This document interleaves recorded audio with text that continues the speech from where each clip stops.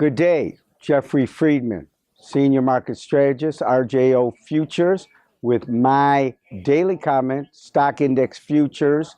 Today, August 15th, the middle of the month, 2 weeks until the end of the month. Word of the day, which represents the tone, and the word of the day for the week is going to be rebound. We are rebounding. We are up 35 points for the week from last Friday's close. Kind of like a V formation, and we will talk about the technicals in a minute. Let's get to the fundamentals. In the United States, probably a little better than not.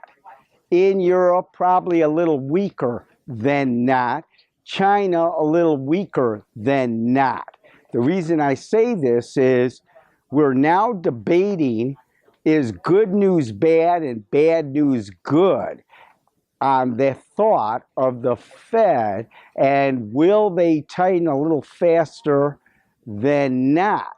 According to the chairman of the Federal Reserve, the answer is they will not tighten. They will continue to pull back on the bond buying, but they will not move short-term interest rates anytime soon.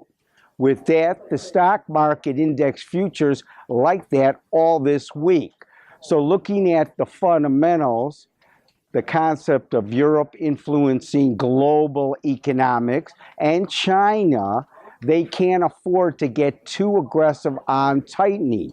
Central banks other than the United States might even be loosening. Okay, so that again could strengthen the dollar.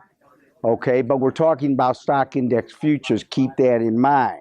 Now, we had a lot of economic news. One highlight would be retail sales. Retail sales, in my opinion, was slightly disappointing. Okay, again, that might shift us back to bad news is bad news, and it will make the Fed prolong any kind of tightening. Okay, so keep that in mind. Let's go to the technicals real quick.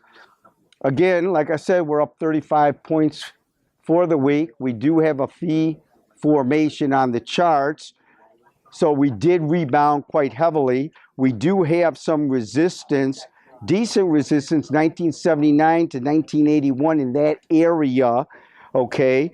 But a lot of chartists, including myself, are saying that if we can get a close around 1960, that's where we are right now. We're up 6 points in the September contract, future contract, S&P, then it would be maybe a shift in momentum from last week's kind of rebound. The week before that, definitely almost like free falling. And the free fall, by the way, was only 3-4%. So it wasn't all that much of a big correction, but we are getting that thrust up. Now, have said that, if we went underneath and closed under 57, again, we might have to retest 1925-ish area, and then maybe 1890, which was 2 weeks ago low. Keep that in mind. On the way up, if we close above 1981, then we're going to try to test the all-time highs.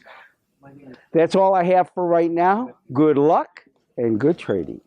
Futures and options on futures may involve substantial risk and may not be suitable for all investors.